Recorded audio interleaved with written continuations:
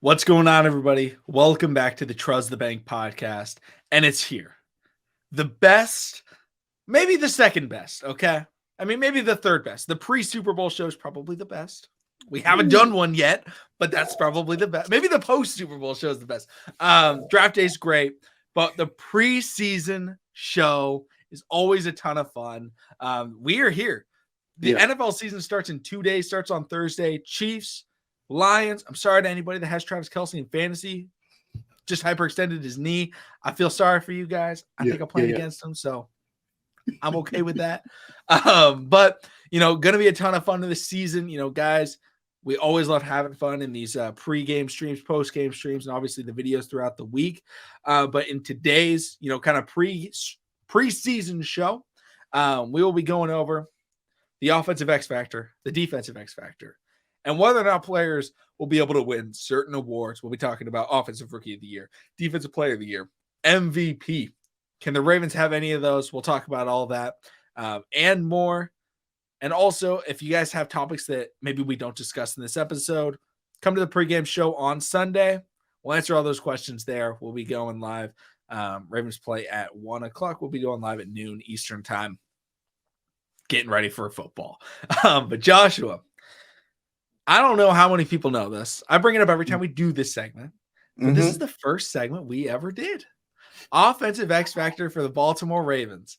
And I want to say our answers back then was Devin Duvernay and Greg Roman might have been our two answers, which is pretty rough. It shows how far we've come. But when you're looking at this season, the Ravens' new offense, who's your X Factor for this offense? Man, I'm gonna stay on the wide receiver group. It's gonna be the guy he has not got the most chemistry with, Rashad Bateman. I know everybody loving the move of Zay, being that shifty guy, possibly the Chris Godwin of our new offensive scheme. I know everybody loves, Odell Beckham Jr., hitting his Baltimore strut and, getting to it, with the Baltimore dances, man, and dyeing his hair purple. I love it. Even when he's out there catching the ball and he's still able to get up with no injury, we love it. But y'all, we got to think about the guy that we drafted in the first round out of University of Minnesota, Mr. Rashad Bateman. We done seen the flashes from him. We just need a whole complete season out of that. And I feel like, he's going to open a lot. He's going to open up a lot of doors for the rest of the guys to eat. He can take you over top. He can hit you with a slant. His route running is crisp, and he has good hands. And he can make things happen after the catch. We saw what happened in that Miami game. I believe he went for 70. Correct me if I'm wrong. Yeah. So we've seen the flashes.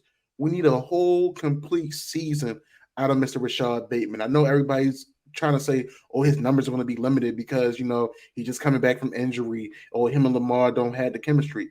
I promise you, when it comes Sunday and every other Sunday, Monday, Thursday, whenever it's time for the Ravens to play, he's going to be tied up with Mark Andrews as his number one target, because he is going to be that wide receiver number one. That's going to open up things for, a Zay, an Odell Beckham.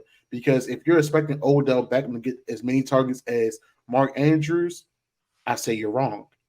I feel like, Odell Beckham is going to be in a scheme. It's going to be used like Anquan Bolden with Joe Flacco. Yes, that is going to be a safety net, a reliable net. But remember, he had Torrey Smith and company over top, the speedster. Granted, Torrey Smith didn't have the best hands when he was with us. But if you throw it up there, he'll 9 times out of 10, maybe 50-50, he'll come down with it. And Rashad Bateman got better. He has better hands than Torrey Smith, and he has good speed, but not that. He doesn't have the top speed that Torrey Smith got, but he has the way to break away from those corners. I like the Rashad Bateman pick. I think, when you're looking at this Ravens offense and you're looking at the wide receiver room, especially, they're all kind of question marks, but Rashad Bateman's been here. Mm-hmm. And Rashad Bateman's always looked really good when he's on the field. Rashad Bateman is not a first round. He's not a Rashad Bateman, where you draft him in the first round and you're like, dude, I've never seen this guy play. It's like Yeah, he gets one yeah, target in the game, and you're like, oh, he's playing? yeah, Like Rashad Bateman's out there and he's getting targeted. He's making receptions. Remember his rookie year. I mean, his first like 9 or 10 receptions all went for first downs. And they're all in big situations. It's like, okay, this guy is a chain mover. And he's somebody that yeah, you can rely on to move the chains and get that first down. And now in a Todd Monken-led offense, you're going to be able to say, okay, we actually can design a route scheme because we've talked about it. Greg Roman had no idea what he was doing. That's the not a best way clue. I can phrase it. Like, remember we compared him to Keenan Allen coming out of the draft, and that wasn't like some wild comparison. That is what he looked like. He's a Yeah, technical route runner that is, deadly from intermediate range, right? yeah, Not the crazy speed, not crazy big, not crazy strong, but he's a really good route runner. He can find separation and catch the football. And Greg Roman came out here and was like, did we get ourselves prime Randy Moss? Because he's only our deep threat. And like it was like, oh, he's here for a deep post and screens. And it was like, what the heck? He's not Hollywood. Like he yeah, just tried to throw him in as Hollywood Brown. And he honestly looked a lot better than I would have expected him to. If we're yeah, being honest, for as a deep threat. But Tom Monken's going to be able to look at him and say, okay, who was the last wide receiver duo I had in the NFL? He'd be like, oh, it was Odell and Jarvis. And Jarvis was a chain mover. And Bateman's a yeah. lot more athletic than Jarvis Landry is. Jarvis Landry, I don't know if you guys know this. Jarvis Landry is the least athletic player to ever play in the NFL. That guy, he runs like a 4.9 40. He's slow. He can't jump, but he can run some routes. He's got good hands. Hold And he on was now. able to move Watch the out. chains. Hold on now. You got Bobo now. We got Bobo. Mr. Four. That's another 4-9 now. That's true. That's true. But I am now going to go with my player. Talk It's to another us. wide receiver, Odell Beckham Jr. Now, I Mm. think you could go with, I think it's any of the 3 wide receivers at the X Factor. If Yeah. anybody in the comment section is spamming like Zay Flowers is the X Factor, yeah, probably. Really, Yeah. it's all 3. We need one of them to step up. But I think Odell Beckham Jr.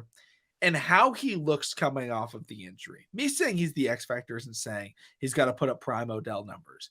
But if he is able to stay healthy and I think what he is he's a red zone threat. He's a touchdown scorer. Joshua, I like how you brought up the Anquan Bolden, for Odell Beckham Jr. because that's what Anquan Bolden was. What did we do in the red zone? Find Anquan, find Pitta. That's what we Mhm. did. And I think Mhm. Odell Beckham Jr., that goal line fade, that back shoulder fade is going to be key for the Ravens this year. And Odell Beckham Jr. is the guy that throughout his career, the one thing you could ever depend on was his hands. When the ball is in the air, maybe nobody in the history of the NFL has better hands than Odell Beckham Jr. when he's trying to catch the football. Not saying Odell's the GOAT, just saying he's got great hands. All right. He has the You gonna greatest get catch of all time. you gonna get Brandon Marshall to watch this. He gonna argue with you. Well, you know what, Brandon Marshall? Meet me outside the bank. All right. That's all I got to say. What do you think about Odell Beckham Jr. as the X Factor, Joshua? I mean, honestly, man, you said it. You said it best. All 3 of these wide receivers are going to be an offensive X factor for sure. Odell Beckham Jr. Odell Beckham Jr. Odell Beckham Jr. He's going to bring that fire. And honestly, every player that we end up bringing in the facility that may have had a down year in their career or are trying to rejuvenate themselves has came back stronger than ever. And we've seen those guys. We've seen Justin Houston. We now see John Simpson. We've seen Marcus Peters. Now it's Odell Beckham's time to come out and shine for Baltimore. I don't know what it is. I know we talked about the organization of how they handle things, but one thing we can all agree on, I believe we can agree on this, TTV family, is that once these guys get into the facility, you don't hear nothing but good things. I know that maybe some animosity here and there, but when it comes to some of these guys that's rejuvenate their careers or getting a second or third chance, you get the best out of them. And I feel like this is going to be the year where we get the best out of Odell Beckham. And hopefully, if he feels strong enough that he wants to continue, finish out his career here in Baltimore. I think that would be great for him. But no, man, I love that. And I think we may have to do one more offensive X factor. I think and I don't think we talk about this all the time. I think it's going to have to be this O-line. It's going to have to be this O-line. I mean, we got to, that right side is more of the savvy veterans in Kevin Zeitler, Morgan Moses. We have seen times, not a continuous thing, but we have seen times where there has been pressure on that right side, and the pressure has got to our QB. And we also seen, Morgan. I'm about to say Ronnie Stanley. He's been down, and we've seen how that left side has not held up. And now we have an answer at left guard with John Simpson. Like, the only person that I feel confident about right now is Tyler Linderbaum. And he, seeing how we made the trade, how we traded away Marquise and got him is now paying off. Hollywood, I still love you as a player and everything like that. I still hope things work out for you in this NFL. But seeing that pick of Tyler Linderbaum pay out, it really puts my heart at ease. So I definitely would say that offensive line, it's going to be the bread and butter of keeping, Lamar clean, keeping Lamar healthy as well, and keeping him safe and protected, and opening up those gaps for JK and Gus, and even Justice Hill, Keaton Mitchell, and company. So I definitely would say, we can't forget those the big guys, being an X factor as well, because they can make and break us. Because think about it, week 1, the Texans, they're missing three of their starters on the IR. It's going to be a long Sunday for CJ. So I'm just saying. Yeah, I think when you're looking at this team, offensive line, especially with Todd Monken, new offense, Lamar Jackson, he's been injured before. Yeah, you want the offensive line to play well, because it has struggled in recent years, and I think it's gotten better. Ronnie's now a year removed from missing, multiple seasons. Yeah. Tyler Linderbaum, year 2. John Simpson, how does he play at left guard? That's a question mark. Kevin Zeitler and Morgan Moses, yes, they've been here for a year, but now it's a new scheme. How do they play in that? So, very excited to see how this offensive line plays. Let us know in the comment section down below your guys' X factors.